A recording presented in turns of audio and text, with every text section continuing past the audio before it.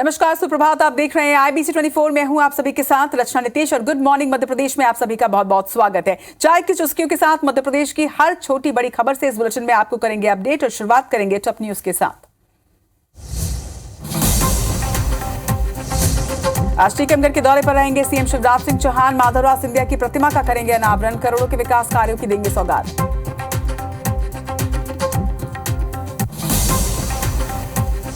आज ग्वालियर में जुटेंगे बीजेपी के दिग्गज। केंद्रीय मंत्री सिंधिया, नरेंद्र सिंह तोमर, भूपेंद्र यादव लेंगे संभागीय बैठक।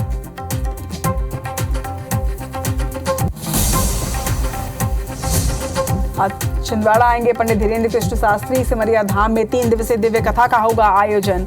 PCC चीफ कमलनाथ रहेंगे मौजूद।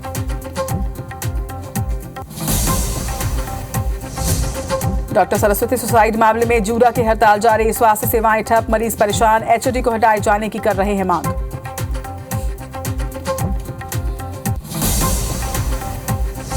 जबलपुर के नव आदर्श कॉलोनी के घर में लगी आग। शॉर्ट सर्किट की वजह से आग लगने की वजह बताई जा रही। फायर ब्रिगेड की टीम ने आग पर पाया काबू।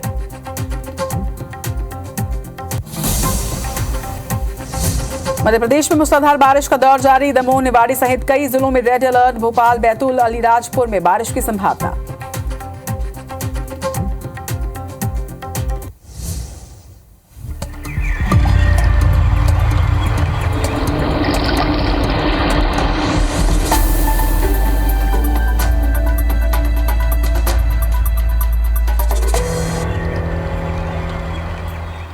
और हेडलाइंस के बाद शुरुआत करते हैं गुड मॉर्निंग मध्य प्रदेश की। सबसे पहले खबर आपको जबलपुर की बता दें। एक तरफ जहां बारिश का कहर तो दूसरी तरफ कई जगहों पर आग लगने की घटना हो रही है। जबलपुर के एक कॉलोनी के घर में देर रात आग लग गई। बताया जा रहा है कि नव आदर्श कॉलोनी में घटना हुई है जहां पर देर रात एक घर में आग लग गई। फायर ब्रिगेड ने बात पर आग पर काबू पाया। वहीं आशंका जताई जा रही है कि घर में आग शॉर्ट सर्किट की वजह से लगी है। हालांकि गनीमत ये रही कि इस पूरे अग्निकांड में किसी तरह की कोई जनहानि की खबर सामने नहीं आई। लेकिन देर रात जिस तरह से इस घर में आग लगी उसके बाद इस पूरी कॉलोनी में अफरा तफरी का माहौल रहा। आसपास लगातार घर होने की वजह से ये भी आशंका जताई जा रही थी कि कहीं ये आग अगल बगल के घरों में ना फैल जाए और इसी को लेकर यहाँ पर देर रात काफी अफरा तफरी रही। गनीमत ये रही कि समय रहते आग पर काबू पाया गया और किसी के बीच जनहानि की खबर जो है वो नहीं है। यहाँ पर जबलपुर के नव आदर्श कॉलोनी की ये तस्वीर आप देख रहे हैं जहाँ पर देर रात शॉर्ट सर्किट की वजह से अचानक एक घर में आग लग गई। आनन फानन में फायर ब्रिगेड को सूचना दी गई जिसके बाद आग पर काबू पाया गया। लेकिन तब तक आग से पूरा घर जो है वो जलकर खाक हो गया था। मगर गनीमत ये रही कि इस आग में किसी तरह कि कोई जनहानि जो है वो नहीं हुई है। तस्वीरें आप देख रहे हैं, आग की चपेट में पूरा घर नजर आ रहा है और कॉलोनी है ये नव आदर्श कॉलोनी की ये तस्वीरें हैं। जबलपुर के नव कॉलोनी में कल देर रात एक घर में आग लगी और आसपास जिस तरह से ये पूरी की पूरी कॉलोनी है यहाँ पर घनी बसाहट है और इस वजह से ये भी आशंका जताई जा रही थी कि कहीं ये आग अगल बगल के घरों में ना फैल जाए और इसी वजह से जल्द इस आग पर काबू पाना आवश्यक था। फायर ब्रिगेड की टीम को सूचना के बाद वहां पर वो पहुंची और उसके बाद आग पर काबू पाया गया। कोई जनहानि यहाँ पर नहीं हुई लेकिन आग से घर पूरी तरह से जलकर खाक हो चुका है। तस्वीरें जबलपुर की हैं। जबलपुर के नव आदर्श कॉलोनी में देर रात शॉर्ट सर्किट की वजह से आग लगी जहां पर एक घर पूरी तरह से तबाह हो गया। मगर गनीमत इस पूरी घटना में सिर्फ यही कि इस आग में किसी तरह की कोई जनहानि की खबर अब तक सामने नहीं आई है।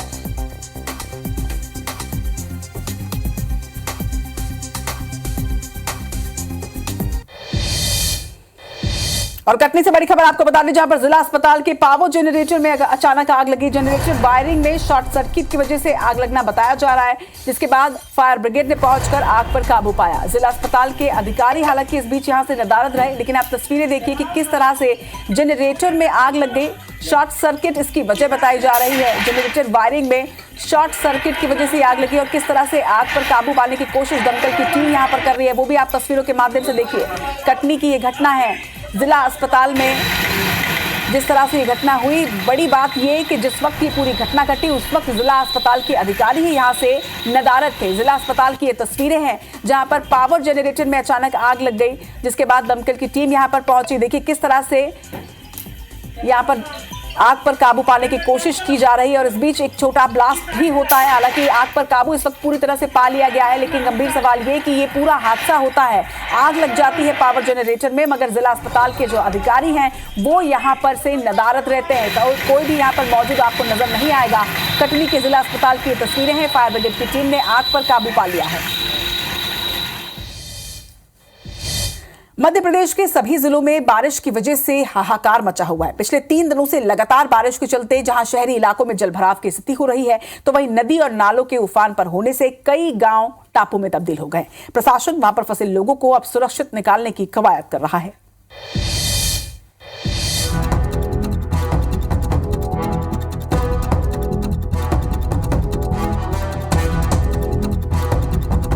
बंगाल की खाड़ी में एक्टिव हुए सिस्टम ने एक बार फिर पूरे मध्य प्रदेश को भिगो दिया है। मौसम विभाग ने प्रदेश के कई हिस्सों के लिए अलर्ट भी जारी किया था, जिसका असर भी दिखा।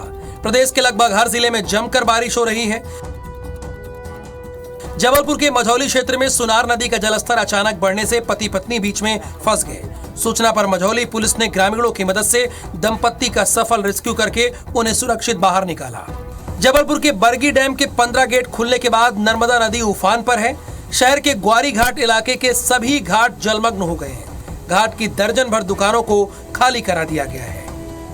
बरगी बांध से पानी छोड़े जाने के बाद नर्मदापुरम से नर्मदा नदी के सेठानी घाट का जलस्तर 944 फीट पर पहुंच गया है। बढ़ रहे जलस्तर के चलते नर्मदा घाट से दूरी बनाए रखने के लिए प्रशासन ने अलर्ट जारी कर दिया है।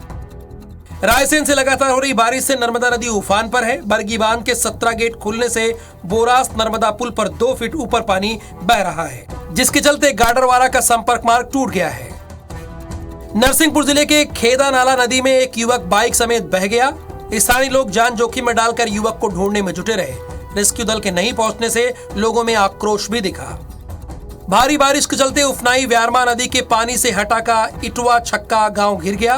टापू बन चुके गांव में करीब 400 लोग फंसे हुए हैं। एक दूसरे की मदद से ग्रामीणों को नाव से सुरक्षित निकाला जा रहा है। वहीं दर्जन भर गांवों का तहसील मुख्यालय से संपर्क टूट चुका है। दमोह जिले में लगातार हो रही बारिश मुसीबत बनती जा रही है।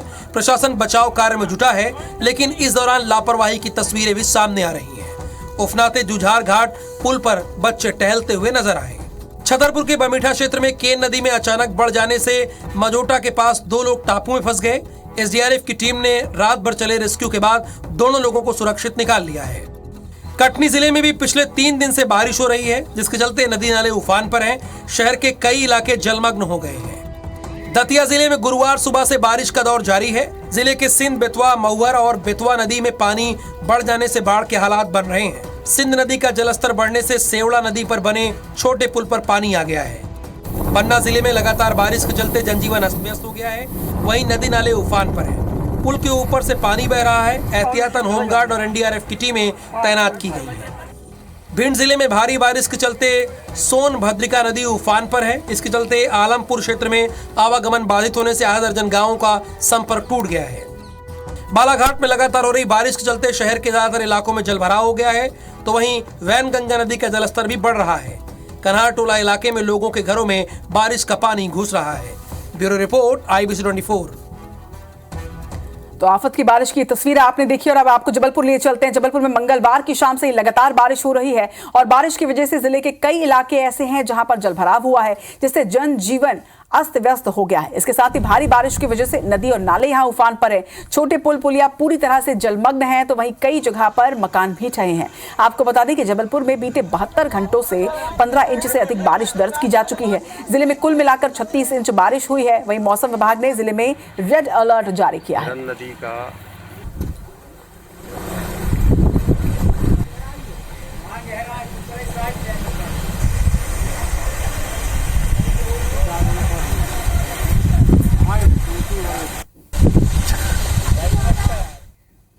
इधर कटनी जिले में लगातार बारिश की वजह से नदी और नाले उफान पर हैं और ग्राम सगमा लालपुर के बीच दतला नदी पर एक पुल टूट गया है, जिससे कई गांव का मुख्य मार्ग से संपर्क बाधित है। बता दें कि आमजन जान जोखिम में डालकर क्षतिग्रस्त पुल से भी आना जाना कर रहे हैं। तस्वीरें आप देखिए, ग्रामीणों को करीब 15 से 20 किलोमीटर चलना पड़ रहा है, लेकिन बुनियादी सुविधाओं की वजह से उन्हें ये पुल पार करने का जोखिम जो है वो लेना पड़ रहा है। तस्वीरें आप देखिए, ये पुल जो है वो टूट गया है, लेकिन इसके बावजूद लोग जो हैं अभी भी इसे पार कर रहे हैं, क्योंकि यही एकमात्र उनके पास विकल्प है संपर्क का। जान जोखिम में डालकर पुल को पार करने के लिए लोग यहां पर मजबूर 15 से 20 किलोमीटर अधिक यहां पर ग्रामीणों को चलना पड़ रहा है। पुल के उस पार कई ऐसे गांव हैं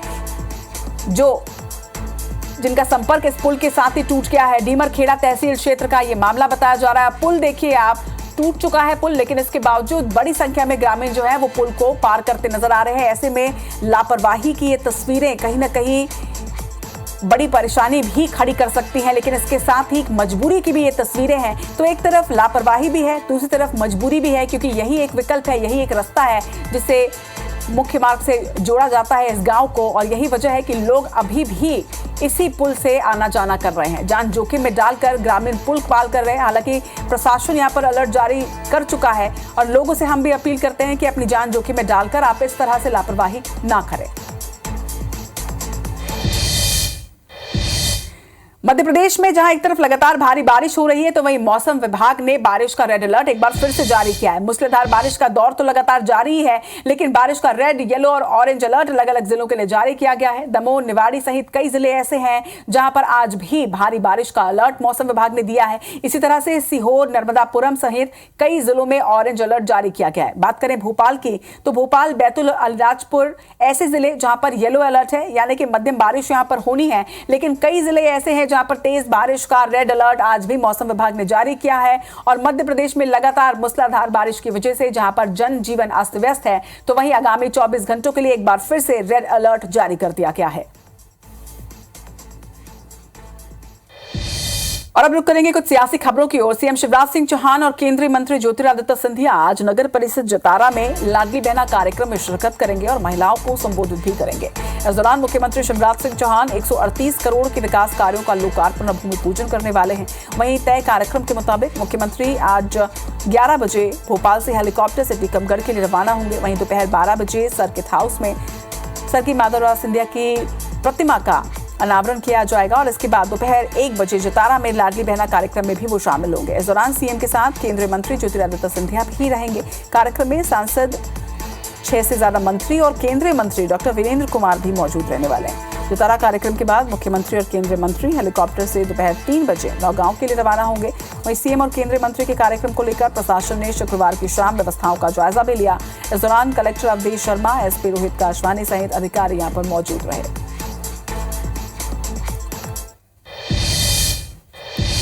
इधर आज ग्वालियर में बीजेपी के तमाम दिग्गज जुटने वाले हैं। ग्वालियर में संभाग स्तरीय बैठक का आयोजन किया गया है। आपको बता दें कि केंद्रीय मंत्री नरेंद्र सिंह तोमर इस बैठक में शामिल होंगे। वहीं केंद्रीय मंत्री भूपेंद्र यादव भी बैठक में शामिल होने वाले हैं। इसी तरह से ज्योतिरादित्य सिंधिया भी इस बैठक में मौजूद रहेंगे। महामंत्री हितानंद शर्मा भी बैठक में रहेंगे। चंबल में चुनावी रणनीति तैयार की जाएगी। आपको बता दें कि इसके पहले कांग्रेस भी लगातार चंबल पर फोकस कर रहा है।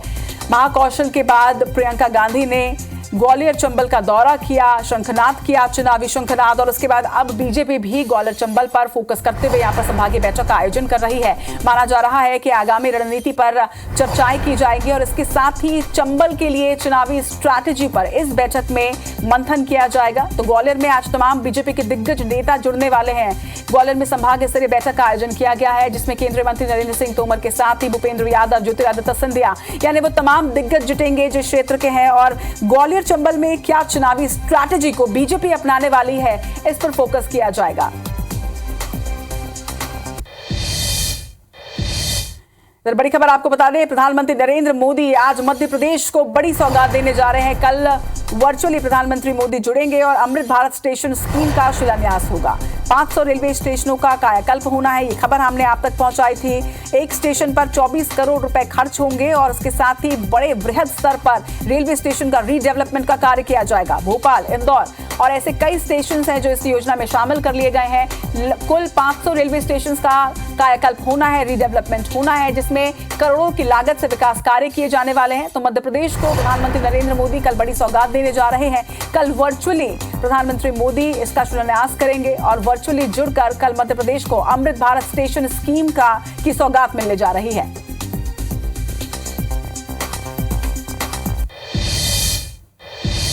इधर पंडित धीरेन्द्र कृष्ण शास्त्री आज मध्य प्रदेश के छिंदवाड़ा पहुंचेंगे। आपको बता दें कि छिंदवाड़ा में 3 दिवसीय दिव्य कथा का शुभारंभ आज से होना है। सिमरिया धाम में कथा का आयोजन किया जाएगा, जहां पर पंडित धीरेन्द्र कृष्ण शास्त्री कथा का वाचन करेंगे। आपको बता दें कि नकुलनाथ ने उनका अभिवादन किया है। वहीं कथा में पीसीसी चीफ कमलनाथ भी मौजूद रहेंगे। छिंदवाड़ा से आने वाले पीसीसी चीफ कमलनाथ आज कथा में पहुंचेंगे और 3 दिवसीय ये कथा है। पंडित धीरेन्द्र कृष्ण शास्त्री का इसके पहले सांसद नकुलनाथ ने अभिवादन किया और पीसीसी चीफ कमलनाथ भी इस कथा में मौजूद रहने वाले हैं। धीरेन्द्र कृष्ण शास्त्री की कथा का इंतजार मध्य प्रदेश वासियों को हमेशा ही रहता है और एक बार फिर से छिंदवाड़ा में 3 दिवसीय कथा का आयोजन होने जा रहा है। बागेश्वर सरकार की कथा का आयोजन 3 दिनों तक होना है, जिसका शुभारंभ आज से किया जाएगा। और इस वक्त बड़ी खबर आपको राजधानी भोपाल से बता दें, चीतों की मौत के बाद अब सरकार एक्शन मोड पे नजर आ रही है। एक साथ लगातार जो चीतों की मौत हो रही है, एक एक करके बैक टू बैक चीतों की मौत ने कई सवालों को खड़े कर दिया था और इसके बाद अब अगली सर्दी तक स्थिति में सुधार की उम्मीद जताई जा रही है। एक नया एक्शन प्लान चीतों के लिए तैयार किया गया है। चीतों को कॉलर आईडी हटाकर अब बाड़ों में रखा जाएगा। सुप्रीम कोर्ट चीतों की मौत का मामला पहुंच गया था, जिसके बाद विशेषज्ञों ने सुप्रीम कोर्ट को एक पत्र लिखा। दक्षिण अफ्रीकी और नामीबिया के विशेषज्ञों ने यह लेटर लिखा था। लेटर में कूनो प्रबंधन की लापरवाही का भी जिक्र था और अब सरकार एक्शन मोड में नजर आ रही है। गले में इन्फेक्शन की जानकारी समय पर नहीं दी गई, ये बात इस पत्र में सही समय पर सूचना अगर मिलती तो चीतों को बचाया जा सकता था, ये एक पत्र में लिखा गया है। सुप्रीम कोर्ट में अब चीतों का मामला पहुंच गया है और ये लेटर नामीबिया से लिखा गया है। दक्षिण अफ्रीका से चीतों की खेप लाई गई थी और अब दक्षिण अफ्रीका से एक लेटर लिखा गया है और ये बात कही गई है कि अगर सही समय पर ध्यान दिया जाता चीतों पर तो चीतों की मौत नहीं होती। लगातार एक एक करके जिस तरह से चीतों की मौत होती जा रही थी, उसके बाद कई गंभीर सवाल कूनो नेशनल पार्क पर खड़े हो रहे थे, प्रबंधन पर खड़े हो रहे थे, जिसके बाद अब सरकार एक्शन मोड पर है और सरकार ने यह फैसला लिया है कि चीतों को बाड़े में ही रखा जाएगा। कॉलर आईडी उन्हें नहीं लगाई जाएगी। आपको जानकारी दे दें कि कई चीतों की मौत कॉलर आईडी की वजह से होने वाले इन्फेक्शन की वजह से हुई है, जिसके बाद अब चीतों को कॉलर आईडी से हटाकर बाड़ों में रखे जाने का फैसला सरकार ने लिया है। सुप्रीम कोर्ट चीतों की मौत का यह मामला पहुंच चुका है। विशेषज्ञों की यानी एक्सपर्ट्स की एक टीम ने सुप्रीम कोर्ट को यह पत्र लिखा है। साउथ अफ्रीका और नामीबिया के एक्सपर्ट्स द्वारा यह लेटर लिखा गया है सुप्रीम कोर्ट को, जिसमें कूनो प्रबंधन की लापरवाही का भी जिक्र है। इसके साथ ही ये भी जानकारी दी गई है कि अगर गले में इन्फेक्शन की जानकारी समय पर मिल जाती, जो कि नहीं दी गई, तो चीतों को बचाया जा सकता था। इतने बड़े स्तर पर चीतों की मौत नहीं होती। कब कब चीतों की मौत हुई है ये भी आप अपने टीवी स्क्रीन पर देखिए। दक्षिण अफ्रीका से आई दक्षा की मौत हुई है, इसी तरह से शाशा की मौत हुई है। 23 मई को ज्वाला के एक शावक की मौत हुई, जिसके बाद 3 शावकों की और मौत हुई है। 25 मई को ज्वाला के 2 और शावकों की मौत, कुल 3 शावकों की मौत हुई है। कई महीनों के अंदर जिस तरह से लगातार एक एक करके शावकों की और चीतों की मौत होती गई, उसके बाद बड़े सवाल और गंभीर सवाल यहां पर खड़े हो रहे थे। लेकिन अब मामला जब सुप्रीम कोर्ट में पहुंच गया है तो इसके बाद सरकार एक्शन मोड पर नजर आ रहा है और चीतों की सुरक्षा को लेकर अब एक्शन प्लान तैयार किया गया है। इसके पहले चीतों को कॉलर आईडी लगाई गई थी, लेकिन अब ये फैसला कि चीतों को कॉलर आईडी नहीं लगाई जाएगी क्योंकि ये उनके लिए सही नहीं है। उसकी वजह से उन्हें गले में इन्फेक्शन हो रहा है, जिसकी वजह से 2 चीतों की यहाँ पर मौत हुई है। गुड मॉर्निंग मध्य प्रदेश में फिलहाल इतना ही, लेकिन आगे आप देखिए छत्तीसगढ़ की खबरों का bulletin good morning Chhattisgarh Shubhangi के साथ। मुझे दीजिए इजाजत, नमस्कार।